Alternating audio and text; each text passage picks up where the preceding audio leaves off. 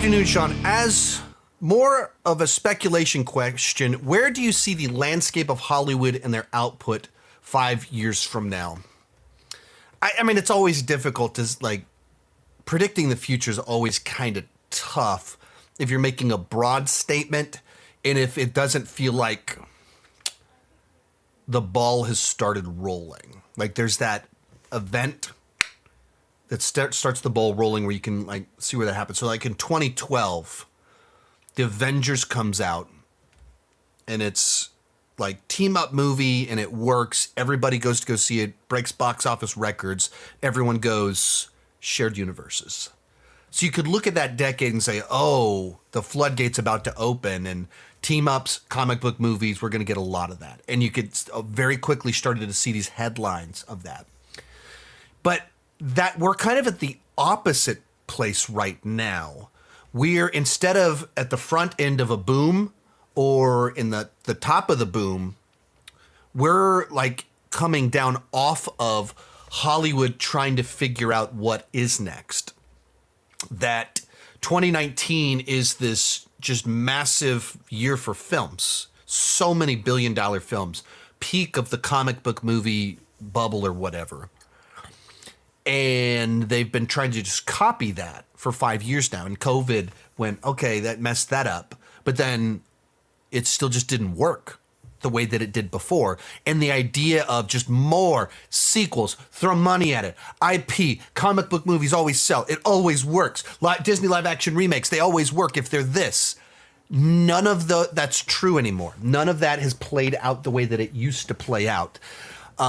So we're at this point in time where we kind of know what doesn't work like it used to work. We know what aren't the surefire bets anymore. We know that just throwing money at things doesn't generate the results that it used to generate. But what will work? What does work? Where are we headed? That's the part that's difficult to predict. My guess, and maybe this is just hopeful thinking, is there's a bit of a course correction where we had this decade where there were just so many gigantic wins with sequels, remakes, comic book movies. Everything is IP. Everything is $200 million. And we did that. And we played it out. And we milked it too much. And those wells are running dry now. So there's a bit of this course correction to say people doesn't need everything to be a big blockbuster for everyone. We want smaller things that are designed for smaller groups of people, but are more tailored and personalized for those smaller groups. I think there might be a push in that direction where even you start to see stuff like Terrifier 3, Long Legs, these smaller films doing really well. And some of that popping a little bit more. Some of that originality that we're going to spend less money on smaller bets and not so much all of our eggs in one basket, all of our budget in something that has to work for everyone. And in particular, like you see Red One and some of these movies are just so much money, it throws so much money, and then it doesn't pay off and they go, wait a minute, okay, we're going to have our big tentpole films, but we're not going to try and do 4 of those in a year. We're going to do 1 or 2 of those in a year. And then with that budget that's not going to Red One 2 or whatever, we're going to put that towards a bunch of mid-sized budget. Maybe that's wishful thinking. Maybe that's just what would I do with Hollywood? What would I do if I was running a studio? But I think that's also, you can see some of that shifting. I think also I don't want to don't like to get into too much of the cultural politics side to it, but for lack of a better word, that which is labeled woke,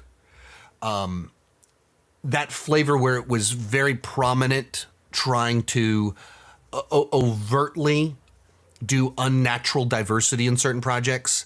I think they're kind of going, no, people aren't pushing back against diversity. They're pushing back against weird diversity and being weird about it.